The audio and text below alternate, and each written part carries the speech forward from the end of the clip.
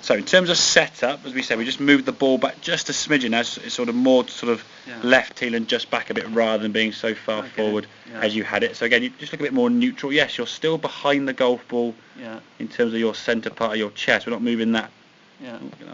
We're not moving yourself on top of it like an iron, but you're not so far tilting your head and as you said before, you had to tilt your head for some reason to try and get yourself looking at the ball. You know why I did that? Yeah. Because Nicholas said it? No, he did that when he was years because ago. I was going right. Yeah. I thought it would give me more time then with it further forward to sort of square the club. To a point, yes, straight, but what it will do is if your club face is hitting the ball right, the club face is open, the further the golf club now works around the arc this way as it would do, the further left your club will be swinging when it makes contact with an open club face. Exactly. So if you're hitting the golf ball here with the club going as a long way left, with the face still open, you're going to impart more left to right spin, and also you'll probably catch more of the bottom part of the club because the ball's too far forward. So you get a spinny, thinny, cutty one. You're losing distance and direction obviously all the time. So in terms of the movement now as you went back, this was your previous one on the left. When you move the case, that knee moving very early. That knee's already, before the club's even got to the top of the back, so your knee's already gone beyond the ball and past there again. And now there's a big movement off the golf ball. That left foot, as we get to the top, that left foot off the ground. Only your sort of left toe, left big toe and the one inside sort of on the ground. So stability-wise is gone. You've made a full shoulder turn and beyond. The hips have gone a hell of a long way and the foot's gone too far. This one on the right-hand side now, as we go back, okay.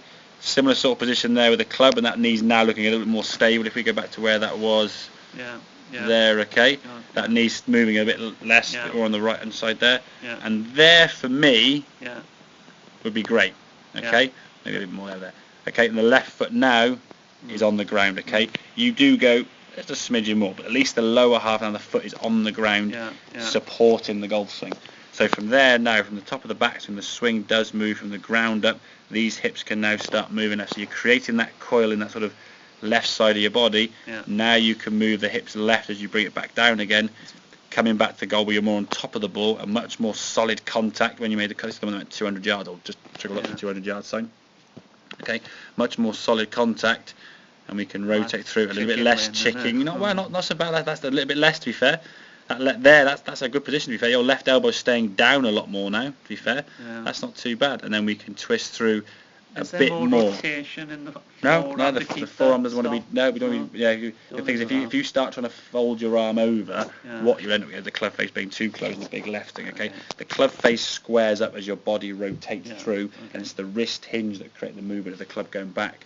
And this, we don't want to be sort of doing this with your forearms, because that's going to create a lot of sort of inconsistencies. And again, if the club face is doing this throughout the swing, it would be the same way as aiming a gun towards a target and then doing this to try and pull the trigger at the right spot. When the club's aiming square and the body just squares the club face up. If you feel the need to try and square the club with your hands and arms, but that means the body's got to work in conjunction with the arms. Precisely. But if the body therefore is too far, in this case too far back here, it's very hard for the body to get back.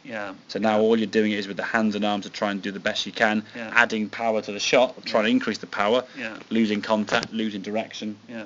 Ball going weak. It's a bit more on top of the ball to start with. We can come back now. Your arms and body can just rotate. That there's good. That's a good movement through the ball there now. That's fine. That right arm's extending nice and through there. And this is the one that say went 200 yards. Just because your lack of movement in your legs, there was lack of movement through the ball there. Okay. This one here now you swung through it a bit better. Your right foot moved a bit more because you weren't thinking about not using your legs. Okay. So it's less legs going back or no legs going back and everything going through. So we're trying to create that coil. So I'll give you a couple of drills. We can work on one. Have you got a grassed area where you play or practice to hit some balls off or not? Is this driving range or? I got a local driving range. Is there any way you can? No. Okay. Because one good drill you can do is I got a bit of a field I can sneak into. Okay. Yeah, exactly. What you can do is you can sort of get, well, there's two. One, you can sort of put a football or a beach ball or something between your knees, okay, and try and keep them in position as you go back. That'll obviously be a shorter swing because you can't make a full swing with your knees completely bowed out. But you can make probably a 3/4 swing, maybe a 9-iron or an 8-iron, just to get the feeling of your lower half, and you'll start then feeling the coil as you get to about here somewhere. We can keep the sort of lower half back. That'd be another good one, okay. Another good one, if you can get sort of like a brolly, or I was going to say something you can stick in the ground and sort of get it between your legs there and sort of sticking up against your left foot, left knee, trying to keep that left knee now resisted against that. Another one you could do, get a belt, tie it round your knee, okay, and sort of tie that to maybe a door frame or something, or someone just stand there and hold it away, just to keep that knee from moving in too much, okay. So all these things we can try and do. Just the key thing here is keeping that knee more on top of the golf ball, okay. If that can stay on top of the golf ball rather than moving too far this way, it will eliminate that sort of coming out the shot, as you said you knew you did. You come up out the shot and you sway off it. You know you did, but how to stop it is half the battle. As I say, just don't do it. You're never going to cure. Like saying someone with a cough, don't cough. Doesn't cure the cough, does it? Okay, let's give you the medicine and give you the cure. So get your body working better. Think top half as the club goes back and the lower half staying a bit more grounded, and that left knee staying there. Okay. But I say there's a few things. If you can get anywhere with a bit of grass, you can sort of stick things in the ground up against your knee there. I suppose if you're on a driving range, what you could do, are the baskets sort of similar to that, you can sort of stack them up.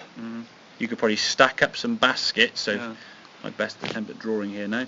If you stacked up some baskets on a box here now, like so, and just put them in there and make a few small swings trying to knock them over. Okay? And again, do them with sort of small swings to start with and build up into the longer clubs. Okay? Does that make sense on you? Yeah. Good.